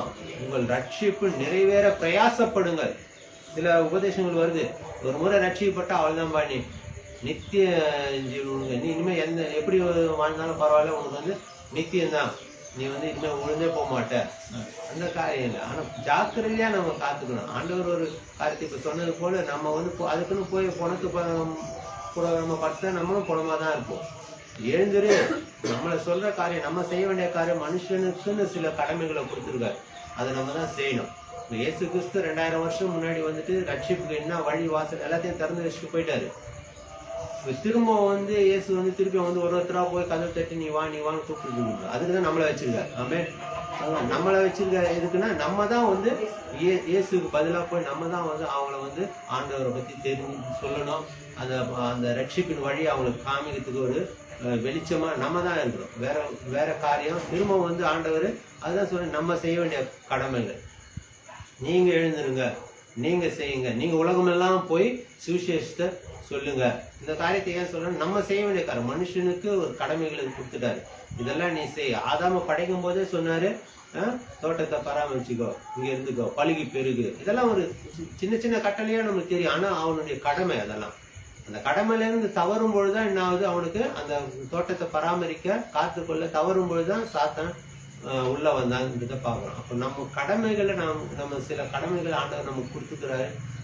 மனுஷனா இருந்தாலும் நமக்கு கடமை கொடுத்துருக்காரு. ஆண்டவர் அவருடைய காரியத்தை செய்து முடிச்சு விட்டார். சிலுவையில எல்லாம் முடிந்தது அப்படின்றது லாஸ்ட் வார்த்தை. அப்போ எல்லாத்தையும் முடிச்சுட்டாரு. அப்போ அதுக்கப்புறம் செய்ய வேண்டிய ஆக்டிவிட்டிஸ் நம்ம தான் செய்யணும். அதுக்கு தேவையான பலனை தான் அவர் கொடுப்பாரு, பலனை கொடுப்பாரு. அதுக்கு உண்டான என்னெல்லாம் காரியம், நமக்கு என்னெல்லாம் சத்துவம் வேணும், அந்த காரியத்தை தான் ஆண்டவர் நமக்கு கொடுப்பாரு. நாம தான் என்ன பண்ணணும், அந்த காரியத்தை, ஆண்டவருடைய காரியத்தை முன்னெடுத்து போகிறவங்களா நாம இருக்கணும். அதனால விவரமா நான் சொல்றேன், நம்ம சுவிசேஷத்தை நம்ம சொல்றதுக்கு இன்னும் நம்ம முடிஞ்ச அளவு எப்படி முடியுமோ அந்த விதத்துல நம்மளை கொண்டு என்ன செய்யணும்னு ஆண்டவர் அழைச்சிருக்காரோ அந்த அழைப்புல நம்ம முன்னாடி போகணும். நம்ம இருக்கிற இடத்துல நம்ம சாட்சியா வாழும்பொழுது, நம்ம இருக்கிற இடத்துல கிறிஸ்தவம் இவங்க பரவாயில்ல, இவங்க நேர்மையா இருக்கிறாங்க, அந்த சாட்சியை நம்ம எப்போ காத்துக்கிறோமோ அதுவே 5வது சுவிசேஷமா மாறுதுன்னு சொல்றாங்க. நாம தான் கிறிஸ்தவரா இருக்க, நாம தான் 5th காஸ்பல்னு சொல்றாங்க. 4 காஸ்பல் தான் நம்ம படிக்கிறோம், ஆனா 5th காஸ்பல் நம்மளா தான் இருக்கிறோம். நிச்சயமா நம்மளோட ஜீவன், நம்மளுடைய சாட்சி தான் 5வது சுவிசேஷமா ஜனங்கள் மத்தியில வருது. நம்ம சொல்லாமலே நம்ம கிரியைகள் நிமித்தமாக, நம்மளுடைய செய்கைகள் நிமித்தமாக நம்ம இயேசுவை பறைசாற்றணும். நம்ம இயேசுவை சுவிசேஷமா சொல்ல வேண்டிய காரியம் நமக்குள்ள இருக்கு. அப்ப இதுக்காக நம்மளை ஆண்டவர் அழைத்தார். வெறும் நம்ம வீடு வாசல் கட்டிக்கின்னு இப்ப சிஸ்டர் சொன்ன மாதிரி எல்லாம் சந்ததியை பெருக்கிட்டு இப்படி எல்லாம் அவங்களுக்கெல்லாம் சந்ததிக்கெல்லாம் சொத்து பத்து சேர்த்து வச்சுட்டு போய் சேர்றதுக்காக நம்மளை அழைக்கல. ஆண்டவர் ஒரு நோக்கம் நம்மளை அழைச்சிக்க, உன்னை அழைத்த நோக்கம். அப்போ ஒவ்வொருத்தருக்கும் ஒரு நோக்கம் இருக்குது. சொல்லும்போது சொல்லுவாங்க, பழைய ஏற்பாடுல ஒரு ஆலயம் கட்டி அதுல நிறைய பொருள்லாம் வச்சு இந்த பொருள் எடுத்துருவோம். அந்த கடவுளே சொல்லியிருக்காரு, ஒரு டீஸ்பூன்ல இருந்து டேபிள் சேரு என்னெல்லாம் வேணும் எல்லாமே அங்க வச்சிருக்காரு. ஆனா வசனம் சொல்ல அதுல ஒன்று கூட அவசியம் இல்லாதது ಅಥವಾ வேலை இல்லாதது ஒண்ணு கூட இல்லை. மனுஷனை பார்த்து சொல்லுவாங்க வேலைக்கு ஆகாதவன் அப்படின்னு சொல்லிடுவாங்க. வேலைக்கு ஆகாதவங்க ஒண்ணுமே கிடையாது கடவுளுடைய ராஜ்யத்துல. எல்லாருக்கும் ஒரு ஒரு வேலை இருக்குது, எல்லாருக்கும் ஒரு ஒரு காரியத்துக்காக தான் ஆண்டவர் அழைத்தார். நம்ம அப்போ நம்ம அழைப்பை நினைச்சுக்கணும். அழைப்பை நம்ம உறுதியா பற்றி முன்னே போகும்போது நிச்சயமா நம்மளுடைய வாழ்க்கையில ஆண்டவருடைய ஆசீர்வாதம் நிலையா இருக்கும். நம்மளும் அநேகருக்கு ஆசீர்வாதமா இருக்கும். ஆபிரகாமுடைய அழைப்புன்னா நீ ஆசீர்வாதமா இருக்கும், அநேகருக்கு ஆசீர்வாதமா உன்னை மாற்றுவேன்னு சொன்னார். அந்த காரியம் தான் நம்மளுடைய ஆபிரகாமுடைய அழைப்பு, நம்மளுடைய அழைப்பா இருக்குது. நம்ம தேவன் ஆசீர்வதிப்பார், நிச்சயமாக ஆசீர்வதித்திருப்பார். ஆமென். ஆமென். தேவனுக்கு மகிமை உண்டாகும். நன்றி. கர்த்தருடைய பரிசுத்த நாமத்திற்கு மகிமை உண்டாகட்டும். கர்த்தர் ஒவ்வொருவரையும் ஆங்காங்கே பிரகாசிப்பிக்க வைக்கிறார். ஆமென். கொலோசியர் 1:12 வசனம் சொல்லுகிறது, இருளின் அதிகாரத்திலிருந்து நம்மை விடுதலையாக்கி அன்பின் குமாரனுடைய ராஜ்யத்துக்கு உள்ளே நம்மை உட்படுத்தி இருக்கிறார். அங்க வர அன்புதான் இருக்கும், வம்பு இருக்காது, சண்டை இருக்காது, பொறாமை இருக்காது, எதுவுமே இருக்காது. ரொம்ப அற்புதமான செய்தியை கேட்டோம். எல்லாருக்கும் எத்தனை கடவுள் அப்படின்னா, நான் அந்த வசந்த அடிக்கடி சொல்லுவேன், பேசிய 4:6 நீ நல்லா இருக்கணும்னா 4:6 படிக்கணும்பா, 4:6 மறந்துடாத அப்படின்னு சொல்லுவேன். எல்லாருக்கும் ஒரே தேவனும் ஒரே பிதாவும் அவர் எல்லார் மேலும் எல்லாரோடும் எல்லாருக்குள்ளும் இருக்கிறார். இங்கே சொல்லிக் கொண்டு வந்த அந்த வசனத்தின் அடிப்படையில ஒரே விசுவாசம், ஒரே நம்பிக்கை, உங்களுக்கு உண்டான அழைப்பினாலே ஒரே நம்பிக்கை அழைக்கப்பட்டது போல நம்ம எல்லாம் எப்படி தெரியுமா கிறிஸ்தவம் பார்த்தானே, இவர் இந்த சவாடா, அவரு ஆர்சிடா, அவர் சிஎஸ்ஐடா, அது இருந்தாலே அவுட்டுங்க, நீங்க போக மாட்டீங்க பரலோகத்துக்கு. நான் ஏற்கனவே சொன்னேன், நீங்க எந்த சபையில அங்கத்தினர்களா இருக்கிறீங்க, எபிரேயர் 11ஆம் அதிகாரத்துல 22 வாசித்து பாத்தீங்கன்னா, சர்வ சங்கமாகிய திருச்சபையில் அங்கத்தினர்களா இருக்கிறீங்க. இங்க இருக்கிறீங்களோ இல்லையோ, அந்த சபையில அங்கத்தினரா இருந்தா ஒரே சபை, ஒரே நம்பிக்கை, ஒரே விசுவாசம், ஒரே ஆவி, ஒரே கர்த்தர், ஒரே ஞானஸ்தானம். அப்பதான் சொல்றாரு, எல்லாருக்கும் ஒரு தேவனும் ஒரே பிதா உண்டு. சில பார்த்தா இயேசுதான் தேவன்றான், சில பாத்தீங்கன்னா ஆவியானவர் தான் தேவன் தான், சில பிதா தான், பிதா இல்லைன்னா அவ்வளவுதான். இந்த பிரிவுகள் எல்லாம் இல்லாமல் நாம் சரியாக சத்தியத்தை அறிந்து கொண்டு இந்த உலகத்திலே சாதனையாளர்களாக ஆட்களை பார்க்காதீங்க. ஆளை பார்த்தா சில அனுபவங்களை நான் கேட்டேன். ஆந்திரால கிட்டத்தட்ட 32,000 பேர் கூடுகிற சபையில ஆண்டவர் கேட்டாராம். ஆண்டவர்கிட்ட ஒரு நீங்க கேட்கும்போது எத்தனை பேர் பரலோகம் வருவாங்கன்னு தெரியுமா அப்படின்னு கேட்கும்போது ஆண்டவர் சொன்னாரா, 4 பேர் தான்பா. அதுல பிரதர் சொன்ன மாதிரி உண்மை, அந்த நல்ல குணம், செயல்கள். ஏன் காயினை அவருக்கு பிடிக்கல? காயினும் காணிக்க கொடுத்தான், ஆமையிலும் காணிக்க கொடுத்தான். ஏன் அவர் அங்கீகரித்தார்? வேதம் சொல்லுகிறது, காயினையும் அவன் காணிக்கையும் முதல்ல யார் அங்கீகரிக்கணும்? அம்மா சொன்ன மாதிரி முதல்ல உன்னை ஏத்துக்கணும், உன்னை பிடிக்கணும், முதல்ல உன்னை விரும்பணும். அதுக்கப்புறம் தான் நீ கொடுக்கறது எனக்கு விருப்பம். நீ விரும்பாம வந்து ஆண்டவருக்காக கர்த்தருக்காக உனக்கே முதல்ல தேவைப்பா, நீ மாறணும்பா. அதான் 1 யோவான் 3:8 சொல்றாரு, பொல்லாங்கினால் உண்டாயிருந்த காயினை போல இருக்க வேண்டாம். பொல்லாங்கன்னா பிசாசு, அந்த தீமையான எண்ணங்கள், தீமையான நோக்கங்கள், அது அப்படிப்பட்ட காயின். அவனுடைய கேரக்டர் நல்லா இல்ல, அதனால வேணாப்பான்றாரு, அதை அங்கீகரிக்கல அதேவன். அதனால நீங்க முதல்ல உங்க கேரக்டரை, அதாவது முதல்ல கிறிஸ்துவன் ஆகும் போது நம்முடைய கேரக்டர் மாறும். அதுதான் தேவ சாயல், அதுதான் மனுஷன் இழந்துட்டான். அதுதான் கொடுக்க இயேசு இந்த உலகத்துக்கு வந்தாரு. தேவ ரூபத்தின்படி அவருடைய இமேஜ் அப்படியே இருக்கும். அதான் கிறிஸ்தவன். நீங்க கிறிஸ்துவ காண்பிக்க ஒரு ஆள் தேவையில்லை, நீ கிறிஸ்துவனா வாழணும். அதுதான் தேவன் விரும்புகிறார், அதைத்தான் எதிர்பார்க்கிறார். ஆகவே அன்புக்குரியவர்களே, இந்த நாளிலும் நாம் ஆண்டவருடைய வார்த்தைகளை கேட்டிருக்கிறோம். திரும்ப திரும்ப போட்டு கேளுங்க. எது சரி செய்ய வேண்டுமோ, எதை கற்றுக்கொள்ள வேண்டுமோ அதை நாம் கற்றுக்கொள்வோம். அநேகருக்கு கற்றுக் கொடுப்போம். சீஷன் என்றால் கற்றுக் கொடுக்கிறவன். கற்றுக்கொள்ளுங்கள். இந்த ஊழியத்தின் நோக்கமே கற்றுக் கொடுப்பது, கற்றுக்கொள்வது, நானும் பெற்றுக்கொள்வது, நீங்களும் பெற்றுக்கொள்வது. நான் மட்டும் நல்லா எல்லாரையும் வாங்கி ஒரு வயிற்றுல போட்டு பெருசா வாழ்ற வாழ்க்கை இல்ல. சமமாக தேவன் நம் ஒவ்வொருவரையும் ஆலயமாக மாற்றி இருக்கிறார். ஆரம்பத்திலே செய்தியை வாசிக்கும் போது அவங்க சொன்னாங்க, நம்ம எல்லாரும் ஆலயமா இருக்கிறோம். கட்டிட கையில ஆண்டவர் வாசம் பண்றது இல்ல. அப்போஸ்தலர் 17:24, அப்போஸ்தலர் 7:48 வாசித்து பாருங்க. உன்னதமான தேவன் கைகளினால் கட்டப்பட்ட கோவில்களில் வாசம் பண்ணுகிறது இல்லை. எந்த அவ்வளவு பெரிய கோயில் கட்டலாம், அவ்வளவு பெரிய ஆள் இருக்கலாம், ஆண்டவர் இருக்கிறாரா உள்ள? அதனால ஆட்களை பார்க்காதீர்கள், ஆண்டவனை பாருங்கள். கர்த்தர் நம்ம ஒவ்வொரு நாளும் வார்த்தை இல்லாத வாழ்க்கை வசனமான வாழ்வு. வசனம் எங்க இல்லையா, அங்க வசனம் இருக்கும். அதனால வார்த்தை பிடிங்கள், வாழ்விலை சுடர்களை போல பிரகாசிங்கள். நாம் நேரடியாக உடன்படிக்கையை நினைவு கூறும் வகையிலே இந்த நாளிலே எல்லா சபையிலும் முதல் வாரம், நம்ம எல்லா வாரமும் எல்லா நேரமும் எப்பெல்லாம் கூடுறோமோ அப்பெல்லாம் ஆண்டவரை நினைக்கிற நினைவு ரொம்ப முக்கியம். ஆகவே எல்லாரும் திருவிருந்துக்கு ஆயத்தமாக ஒரே ஒரு சரணத்தை பாடும்போது எல்லாரும் நம்ம ஆயத்தமாய்க்கொள்ள, வீட்டில் இருக்கிறவங்க எங்களோடு கூட சேர்ந்து இந்த உடன்படிக்கையை பங்கு கொள்ளுங்கள். கர்த்தர் உங்கள் ஒவ்வொருவரையும் நாம் இந்த சர்வதங்கமய சபையில இணைத்திருக்கிறார் என்ற உணர்வோடு கூட ஆண்டவரை நோக்கி பார்ப்போம். அன்பின் விருந்தாமே கர்த்தருடன் ஐக்கிய பந்தியாமே,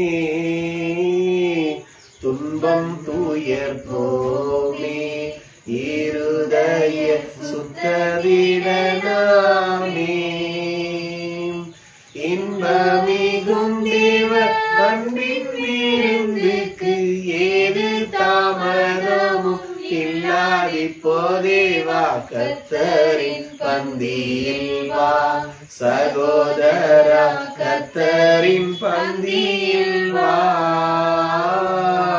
கர்த்தரின் பந்தியில் வா.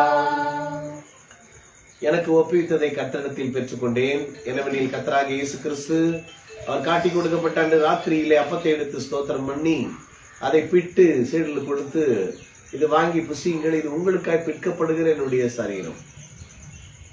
ஆண்டவராகிய இயேசு கிறிஸ்துவனுடைய சரீரம் பிற்கப்பட்டது நாம் இந்த உலகத்திலே யாராலும் பிற்கப்படக்கூடாது என்பதற்காக.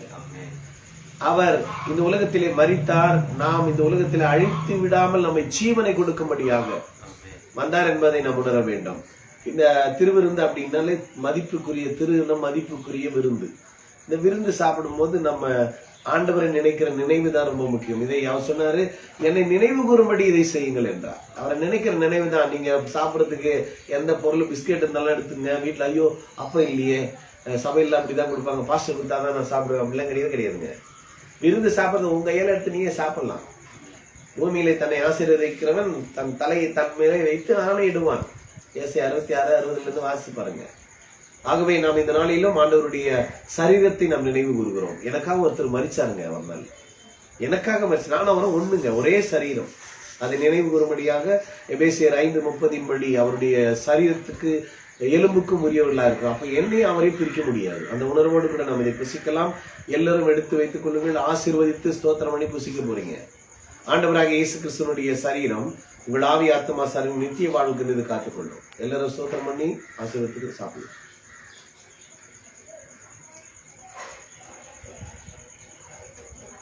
அப்படியே அவர் ஆபஜனம் பண்ணின பின்பு பாத்திரத்தை எடுத்து ஸ்தோத்திரம் பண்ணி, இது வாங்கி பருகுங்கள், இது உங்களுக்காய் சிந்தப்படுகிற புது உடன்படிக்கையின் அர்த்தம். புது உடன்படிக்கை அப்படின்னாலே பழைய உடன்படிக்கை எல்லாம் அழிச்சுட்டான்னு அர்த்தம். அதுவும் எல்லாத்தையும் அழிக்கல, ஒரு சில முறைமைகளை தேவன் மாற்றினார். ஏன்னா இஸ்ரவேலுக்கு கொடுக்கப்பட்டது அந்த நியாயப்பிரமாணம். அவளுடைய வாழ்க்கை முறையும் இன்றைக்கு நாம் வாழ்கிற வாழ்க்கை முறையும் வேறு. ஆகவே ஆண்டவர் புதிய உடன்படிக்கையில புதிய திட்டங்களை ஆண்டவராக இயேசு கிறிஸ்து நமக்கு போதித்திருக்கிறார். ஆகவே இந்த புது உடன்படிக்கையில தேவன் நம்மை இணைத்திருக்கிறார். நம்மையும் அவர் போல மாற்றும்படி இணைத்திருக்கிற அந்த பிரிவுகள் எல்லாம் இல்லை. இன்னைக்கு வித்தியாசங்கள்லாம் காண்பிக்கிறது மாதிரி அல்ல. ஆராதனை முறை மாற்றப்பட்டது. நன்மைக்குரிய ஆசீர்வாதம் கிறிஸ்துவால் நமக்கு வந்தது. ஆக அவருடைய ரத்தத்தின் மூலமா அவர் உடன்படிக்கை பண்ணியிருக்கிறார். இந்த உடன்படிக்கை நினைவு கூர்ந்து நான் உடன்படிக்கையில் இருக்கிறேன், என்னை ஒருவனும் ஒரு காலம் ஒன்று செய்ய முடியாது என்கிற உணர்வோடு கூட அவர் ரத்தம் என்னுடைய ரத்த சம்பந்தப்பட்ட புருஷன் என்கிற உணர்வோடு கூட அவருடைய ரத்தத்தை நாம் திராட்சை ரசத்தை நாம் புசிக்கும் பொழுது நாம் நினைத்து அவருடைய வருகையை மட்டும் இதை செய்யுங்கள் என்று அவர் அறிவித்திருக்கிறார். ஆகவே நாம் இதை செய்கிறோம். எல்லாரும் இதை ஆசீர்வித்து நாம் ஸ்தோத்திரம் பண்ணி நாம் குடிக்கலாம். ஆண்டவராகிய இயேசு கிறிஸ்துவினுடைய ரத்தம் உங்கள் ஆவி ஆத்மா சரீரங்களை நித்திய ஜீவனுக்கு இது காத்துக்கொள்ளும். எல்லாரும் நாம் குடிக்கலாம்.